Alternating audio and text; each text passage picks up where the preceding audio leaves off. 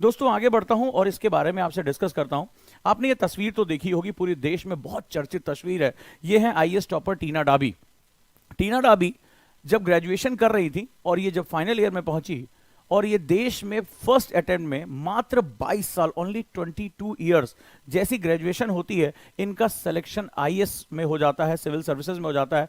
और न सिर्फ सिविल सर्विसेज में होता है, ये सिविल सर्विसेज एग्जाम को टॉप करती हैं। और न सिर्फ टॉप करती हैं, आज ये जबरदस्त तरीके से काम कर रही हैं, बहुत फेमस हैं, लाखों की संख्या में इनके फॉलोअर हैं। और टीना डाबी आज तमाम यूथ के लिए एक बहुत बड़ा आइकॉन है, एक बहुत बड़ा प्रेरणा स्रोत है। तो डेफिनेटली मैं चाहूंगा कि आज जो बच्चे मुझे सुन रहे हैं, आज जो उस तरफ बैठे हुए हैं, एक बहुत बड़ा बदलाव भी हमें देखने को सुनने को मिलेगा।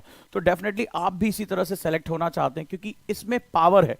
इसमें आप जब कोई भी जॉब करते हैं तो आप भीड़ में खो जाते हैं, लेकिन जब आप आईएएस बनते हैं, आईपीएस बनते हैं, तो समाज आपको एक अलग नजरिए से देखता है, एक अलग रुतबा होता है, एक अलग प्रतिष्ठा होती है, सम्मान होता है, रिस्पेक्ट होता है। सिर्फ आपका नहीं, आपके पेरेंट्स को भी सर आंखों पर बिठा के रखा जाता है।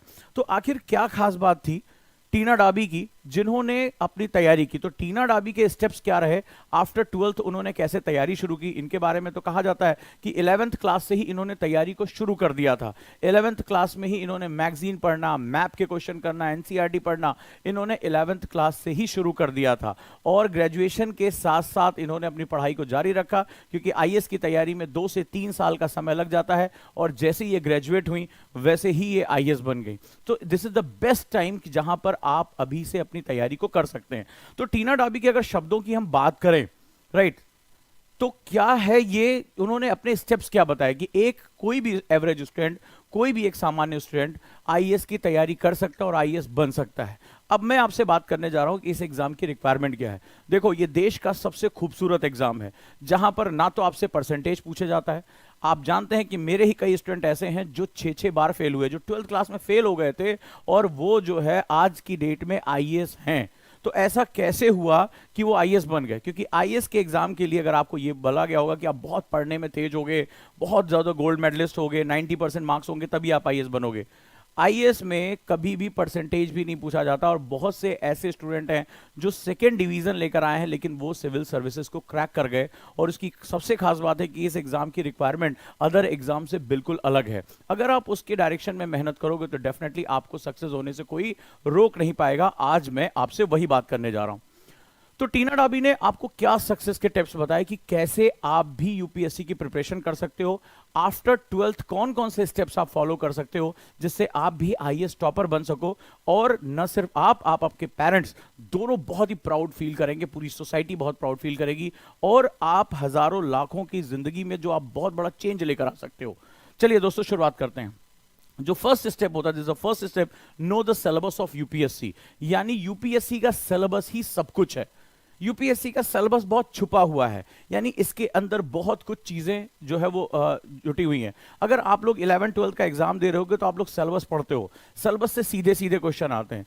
लेकिन यूपीएससी के सिलेबस की सबसे खास बात है, इसके अंदर कई लेयर्स होती हैं। सिलेबस के अंदर सिलेबस छुपा होता है। सो सबसे इंपॉर्टेंट सेगमेंट होता है यूपीएससी के सिलेबस को एनालाइज करना। जहां आप अपने स्कूल और कॉलेज के सिलेबस को रीड करते हो, रीड द सिलेबस, यहां पर होता है एनालाइज द सिलेबस। यानी इस सिलेबस के अंदर क्या क्या चीजें हमारी आती चली जा रही हैं, इसको जानना बहुत जरूरी होता है। This is the most crucial step to understand the UPSC curriculum and syllabus. So जो भी स्टूडेंट तैयारी कर रहे हैं वो सिलेबस को समझें। मैंने इसी चैनल पर पूरी एक कंप्रीहेंसिव सीरीज दे रखी है जहां पर आप सिलेबस को बहुत ध्यान से समझ सकते हो। तो first step is syllabus analysis. Analysis का मतलब होता है सिलेबस को छोटे छोटे हिस्सों में तोड़ना और फिर उन्हें समझना कि इसका मतलब क्या होता है। राइट, ये मल्टीपल डायमेंशन अप्रोच क्या होती है, ये बहुत इंपॉर्टेंट है। दूसरा स्टेप है जहां पर आप तैयारी करते हो। ये जब भी आप तैयारी करें, आप ग्रेजुएशन के फर्स्ट ईयर से अपनी प्रिपरेशन शुरू कर दें, because it takes 2 to 3 years to complete the complete curriculum and syllabus, because this are multiple stages, बहुत स्टेजेस होती हैं, तभी आप आईएएस बनते हो। राइट, तो दूसरा जो सबसे इंपॉर्टेंट स्टेप है, go for previous year question papers. यानी पिछले साल के प्रश्न पत्रों पर जाएं, पिछले साल के प्रश्न पत्रों पर जाएं, और पिछले साल के प्रश्न पत्रों को बहुत ध्यान से तैयार, यानी कि जो प्रीवियस ईयर पेपर है आपको हमारे ओजांग टेस्ट प्रैक्टिस पे भी मिल जाएगा।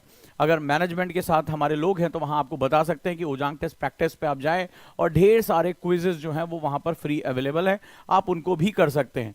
तो जब आप प्रीवियस ईयर पेपर करते हैं तो आपको लैंग्वेज पता चलती है कि किस तरह से क्वेश्चन पूछे जाते हैं, क्योंकि यूपीएससी जो है वो उसकी खास बात है कि वो लेयर के अंदर लेयर पूछता है, यानी क्वेश्चंस को बहुत ही डेप्थ में पूछता है। तो अगर आप प्रीवियस ईयर क्वेश्चन पढ़ते हो तो आपको पैटर्न पता चलता है कि बेसिकली इसका पैटर्न क्या है और किस तरह के क्वेश्चन पूछे जा रहे हैं। सबसे बड़ी बात है कि पैटर्न पकड़ने के साथ साथ यूपीएससी की लैंग्वेज पकड़ना भी बहुत जरूरी होता है, क्योंकि उसकी लैंग्वेज जो है बड़ी ट्विस्टिंग होती है, स्विंग बॉल की तरह होती है, ये पढ़ने के बाद इधर जाएगी या इधर जाएगी पता नहीं चलता। इसी वजह से ये एग्जाम थोड़ा सा बहुत ट्रिकी हो जाता है। तो उसके तरीके हैं जो टीना डाबी ने अपनाए। तो दूसरा तरीका है go for the previous year question paper, आप प्रीवियस ईयर क्वेश्चन पेपर के लिए भी जा सकते हो। थर्ड है चूज योर सब्जेक्ट, बहुत इंपॉर्टेंट है, यूपीएससी में ऑप्शनल होता है, राइट, दिस इज ऑप्शनल। ये 500 मार्क्स का होता है और इसके दो पेपर होते हैं, पेपर 1 एंड पेपर 2, 200 जो है दो पार्ट होते हैं। तो ऑप्शनल को चूज करना बहुत इंपॉर्टेंट होता है। तो जो स्टूडेंट अपनी ग्रेजुएशन, मान लीजिए ग्रेजुएशन आप ह्यूमैनिटी से कर रहे हैं, अकाउंट से कर रहे हैं, तो यूपीएससी में इतने सब्जेक्ट होते हैं जिसमें आप अंदाजा भी नहीं लगा सकते। तो गो फॉर दैट, राइट, आप वहां पर इस तरह से जा सकते हैं कि धीरे धीरे अपने टीचर से बात करिए, आपको जो क्वेश्चन अच्छा लग रहा है ग्रेजुएशन में जो आपका सब्जेक्ट है, आप ऑप्शनल उसमें से भी चुन सकते हैं। तो कोई एक ऑप्शनल चुनना है और उसको अच्छे से तैयार करना है, but this is a very important segment. आप चाहें तो ग्रेजुएशन के सब्जेक्ट को भी यूपीएससी का ऑप्शनल सब्जेक्ट बना सकते हैं और 500 मार्क्स के लिए प्रिपरेशन कर सकते हैं। That is wonderful thing. Next is go for the reliable coaching centre, यानी कि आपको क्या है, बहुत कुछ पढ़ना है। आप इसमें 3 स्टेजेस देते हैं, prelims, mains and interview, personality test. तो 3 स्टेजेस के 3 अलग अलग रिक्वायरमेंट है, बहुत ही कंबरसम है, बहुत लंबा काम होता है। एनसीईआरटीज पढ़ना है, स्टैंडर्ड बुक्स पढ़ना है, आंसर राइटिंग करनी है, एसे राइटिंग करनी है, पर्सनालिटी भी ग्रूम करना है, अच्छी तरह से बोलना है, करंट अफेयर्स प्रिपेयर करना है। There are lot of things, इसमें बहुत सी चीजें इन्वॉल्व हैं। तो कोचिंग जो होती है वो क्या काम करती है, वो आपका समय बचाती है। और जो कोचिंग के जो टीचर हैं, अगर इजीली कम्युनिकेशन आपसे कर रहे हैं, आपको कोई प्रॉब्लम आ रही है, सर मुझे नहीं समझ में आ रहा है, क्योंकि इसमें आपको साइंस भी पढ़ना है, ह्यूमैनिटी पढ़ना है, अकाउंट्स भी पढ़ना है, सब कुछ इसमें आ जाता है। तो आप अगर इजी वे में अपने टीचर से बात कर पा रहे हैं, कम्युनिकेट कर पा रहे हैं, आपको वो गाइड कर रहा है, आपको मोटिवेट कर रहा है, तो that is the best suitable thing for you.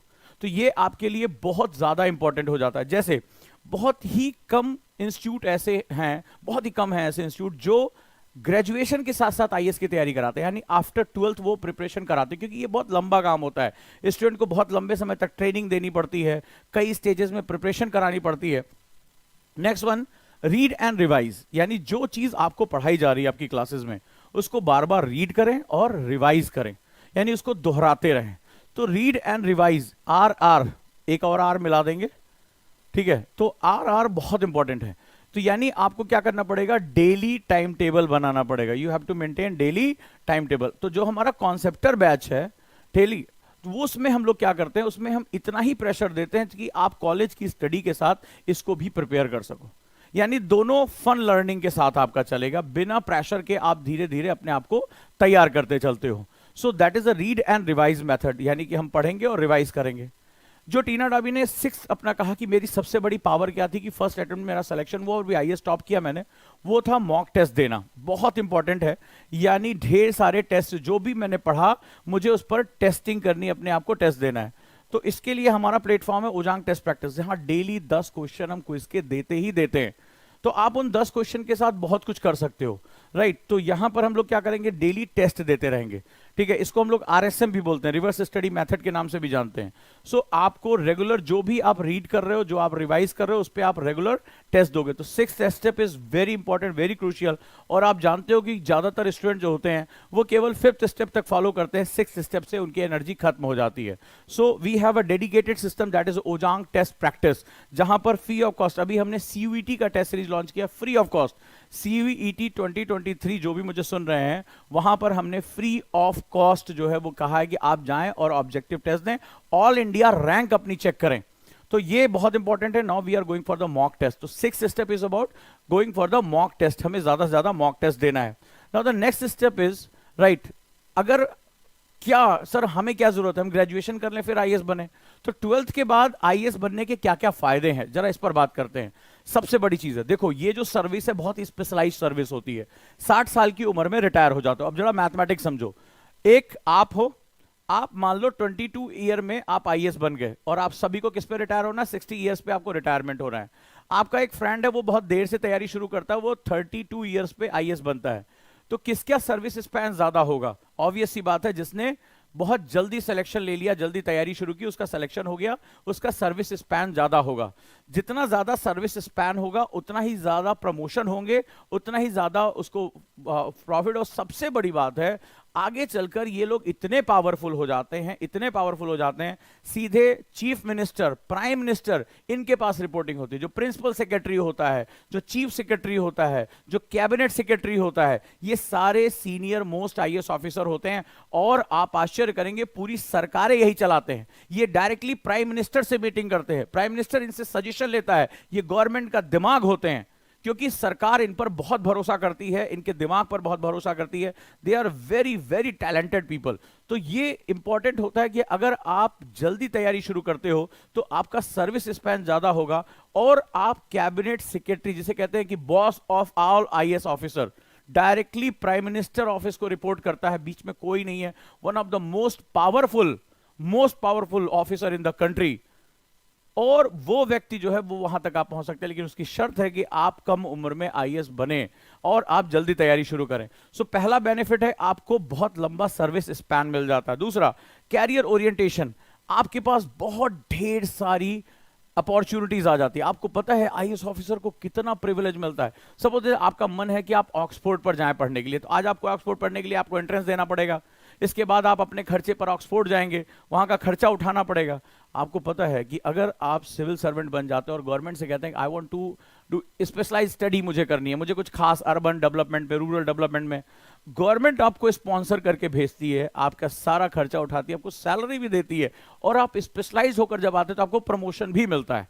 So there are lot of benefits. हमारे पास बहुत बेनिफिट्स होते हैं और आपके पास मल्टीपल ऑप्शंस खुल जाते हैं।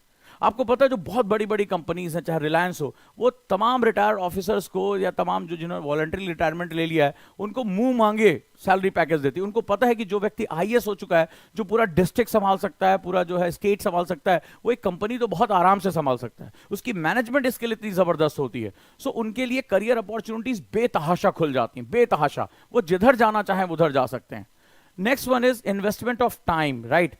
तो सबसे इंपॉर्टेंट चीज जो है वो आप अपने टाइम का इन्वेस्टमेंट करते हैं, आप अपने आप को नर्चर करते हैं। आज जैसे फॉर एग्जांपल अगर हम अपने घरों में सो पा रहे हैं तो उसके पीछे एक आईपीएस ऑफिसर अजीत डोवाल साहब, नाम सुना होगा आप लोगों ने, जेम्स बॉन्ड ऑफ इंडिया कहा जाता है।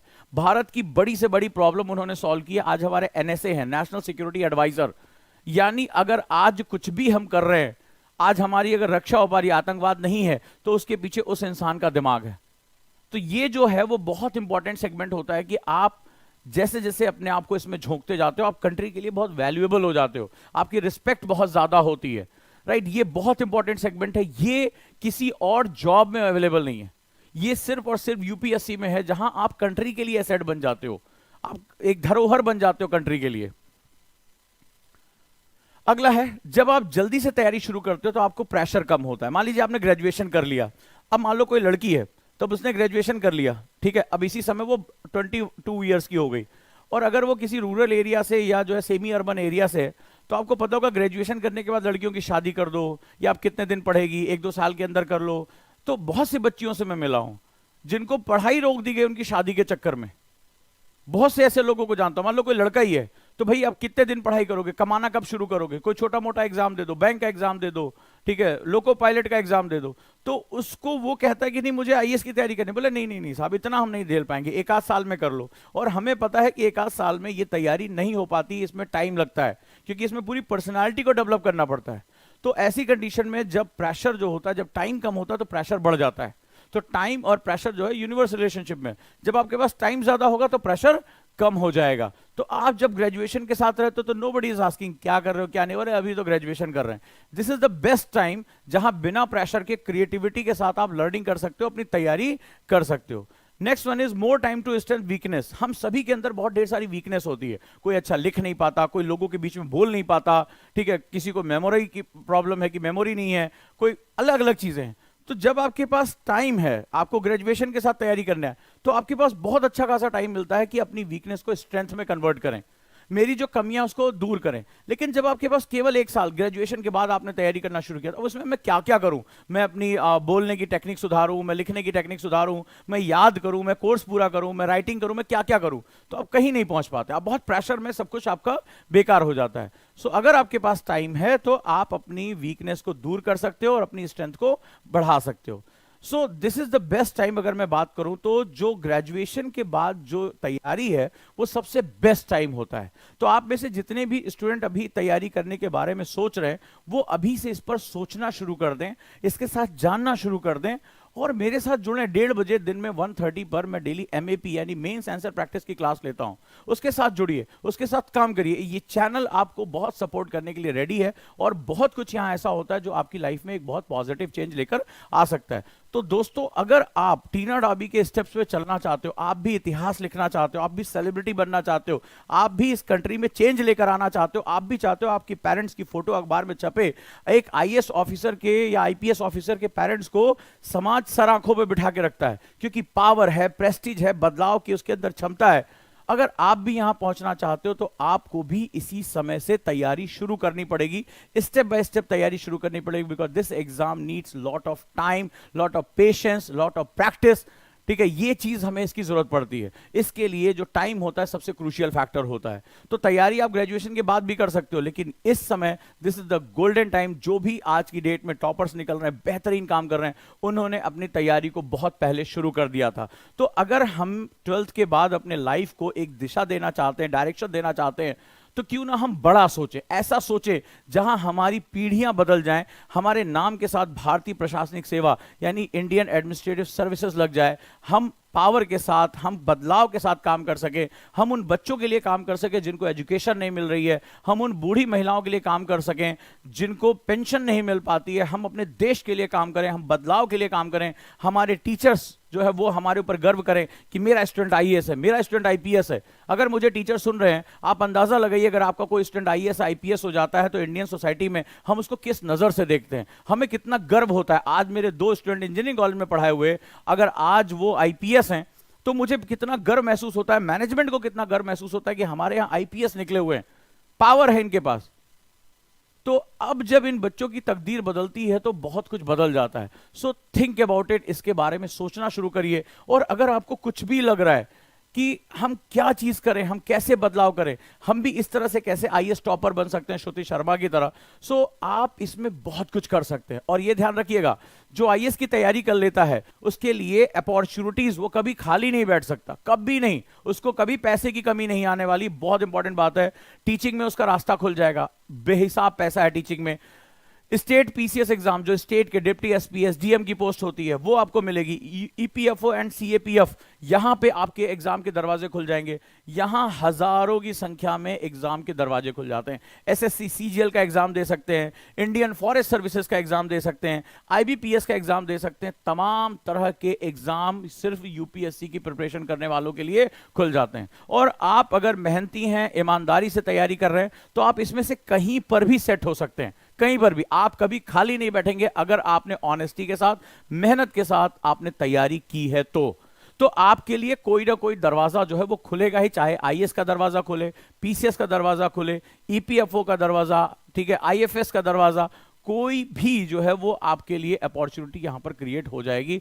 और डेफिनेटली ये जितनी भी पोस्ट हैं सब गैजेटेड ऑफिसर की पोस्ट है। आपके पास पावर होगी, प्रेस्टीज होगा, और आपके पास बहुत कुछ ऐसी चीजें होंगी जो आपको इस सोसाइटी में एक खास बनाती हैं। सो अब सोचना क्या है, हम तैयारी को शुरू करते हैं, अच्छे से तैयारी शुरू करते हैं। After 12th, one of the best batch is Concepter batch, which is going to start by 5th of June। Online classes के माध्यम से जुड़ सकते हैं आप। नोएडा में हमारे साथ गुरुकुल प्रोग्राम में जुड़ सकते हैं। We are going to start Gurukul, जहां पर आप इन हाउस हॉस्टल फैसिलिटी के साथ, आप लाइब्रेरी फैसिलिटी के साथ अपनी तैयारी कर सकते हैं, जहां टीचर्स और मेंटर लगातार आपके साथ जुड़े रहेंगे। साथ ही साथ we are going to start पढ़ाई वाला हमारा बहुत ही जबरदस्त प्रोग्राम है, जहां पर आप इंटीग्रेटेड प्रोग्राम के साथ आईआईटी, जेई, नीट, सीयूईटी, इन सब के साथ जुड़ सकते हैं। सो मैं अपने लोगों से मैं कोशिश करूंगा अपनी टीम के साथ कि वो आपसे सीयूईटी का जो फ्री टेस्ट सीरीज है उसको डाउनलोड कराएं, आपको बताएं, ताकि आप अच्छे से अच्छा कर सकें। सो अब सोचना क्या है, आगे बढ़ जाते हैं। और अगर आपको अपने करियर में कोई भी दिक्कत आ रही है तो be the part of our team, हमारी टीम का हिस्सा बने, आप हमारे साथ जुड़ सकते हैं।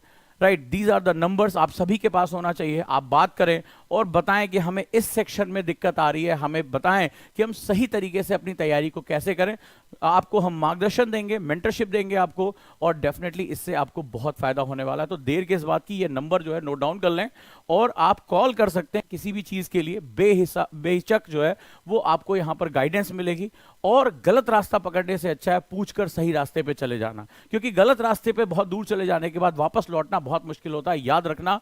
क्योंकि सही रास्ते पे चलोगे, किसी गाइडेंस में चलोगे तो मंजिल तक पहुंच जाओगे, और एक बार मंजिल तक पहुंच गए तो दुनिया तुम्हें तुम्हारी इस सफलता के लिए याद रखेगी। यही जिंदगी का फलसफा है, यही जिंदगी की सबसे खूबसूरत चीज है। और मैं उम्मीद करता हूं कि आज की क्लास से आपको बहुत फायदा मिला होगा कि यस, आफ्टर 12th भी हम यूपीएससी की प्रिपरेशन कर सकते हैं, और न सिर्फ प्रिपरेशन कर सकते हैं, साथ ही साथ हम अपने आप को देश में सबसे कम उम्र का आईएएस भी बना सकते हैं, फर्स्ट अटेम्प्ट में आईएएस बना सकते हैं, हिस्ट्री लिख सकते हैं। आने वाली पीढ़ियां मेरी भी फोटो, आपकी फोटो डीपी पे लगाएंगी, अपने जो है वो उस पर एक प्रेरणा स्रोत मानेंगी, आपके साथ मोटिवेशन कोट लिखे जाएंगे। अगर ये सपना आपकी आंखों में, तो स्वागत करता हूं देश के उस सर्विस में जो बदलाव की सर्विस है, जो पावर की सर्विस है, जो एक ऐसी सर्विस है जो लोगों की जिंदगी में चेंज लेकर आ सकती है। तो अगर आप भी अपने समाज के बारे में कुछ सोचते हैं, अपने देश के बारे में कुछ सोचते हैं, और कुछ परिवर्तन करना चाहते हैं, कुछ चेंज लेकर आना चाहते हैं, तो ये सर्विस आपको पावर देती है चेंज करने की। आज बहुत से यूथ हैं जो सिविल सर्विसेज में जाकर